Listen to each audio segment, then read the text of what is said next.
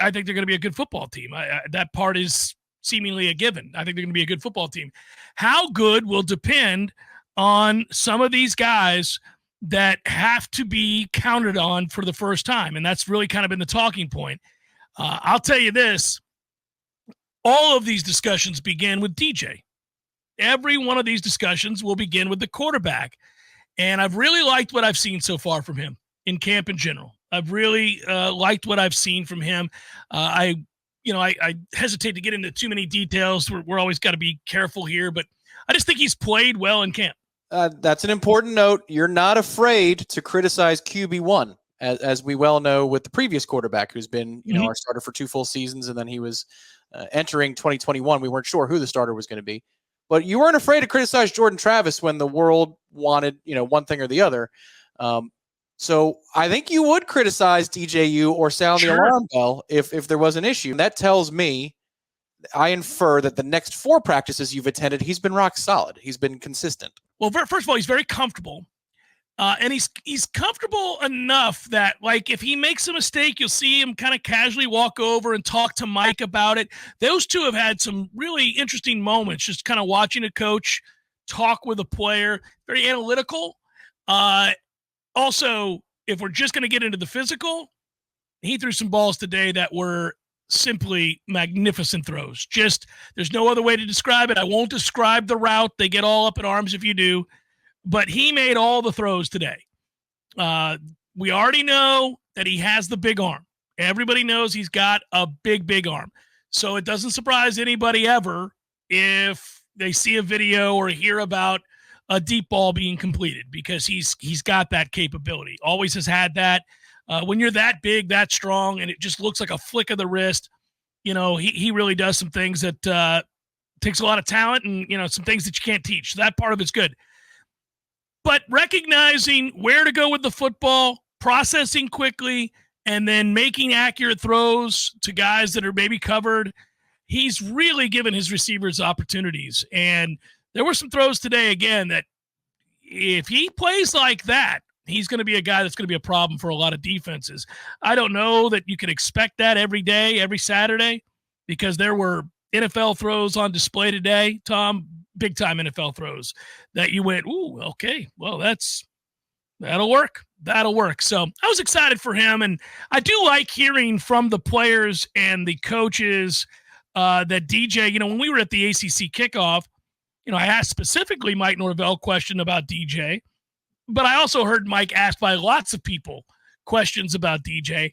And one of the things that he kept pointing to was that he's been very impressed with the maturity and the way that he's come in and really sought to earn it, to win over teammates and prove to the guys that I'm the right guy. So you can see that work ethic is in place. He's very meticulous, and I've been impressed. I've been impressed with him. It's going to, from now until the first game, it's going to be hard to kind of quell those moments of excitement and enthusiasm, because once a practice, there's a player or a player that you just go, oh, man, that's going to be awesome. I can't wait to see how they use him, or this guy's really coming along. And after a while, people just get tired of hearing that. They're like, we got to play a game here at some point. And true, they'll scrimmage soon enough. You're less than 26 days away from the start of college football for the team. Time is of the essence. He is riding these guys now about the details, about the intensity, the focus, the need to rep it right over and over and over again. He's on these guys.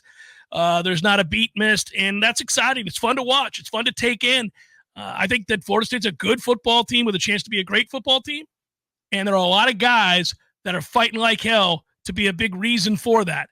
And that intensity and that competition, for me as a football fan, beyond just being a Noles, just being a football fan, there's nothing better than watching guys who are this athletic, this big, this strong, this fast, fighting for every scrap, for every rep, for every opportunity. It's really cool to watch. Those are your healthy programs. I've got to have a follow-up about DJ. Just, obviously today, NFL throws. That's what I take away from a lot of the NFL throws left and right. That's great.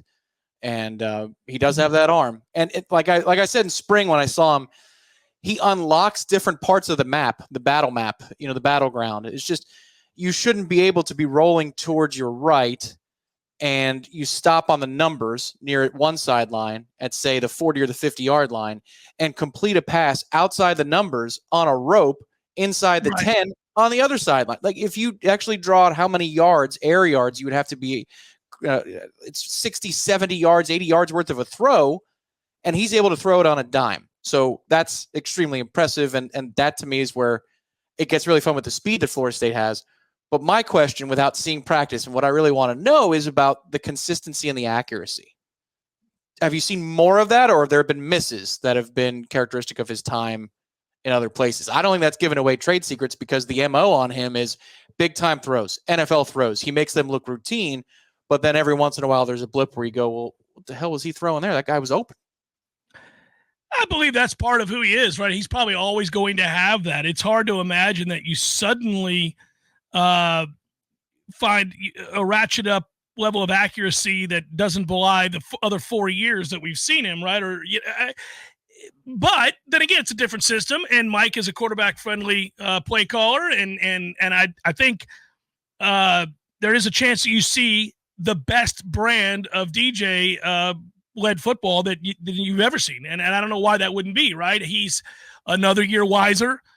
He's another year seasoned and experienced, and he's coming into a really good system. And I think they're going to run the ball. I think the other part of this, Tom, and listen, he's had some, he hasn't had those perfect days. He hasn't had the day where you don't see one of those throws, but more often than not, he's spent the bulk of practices being very accurate. He's been very good.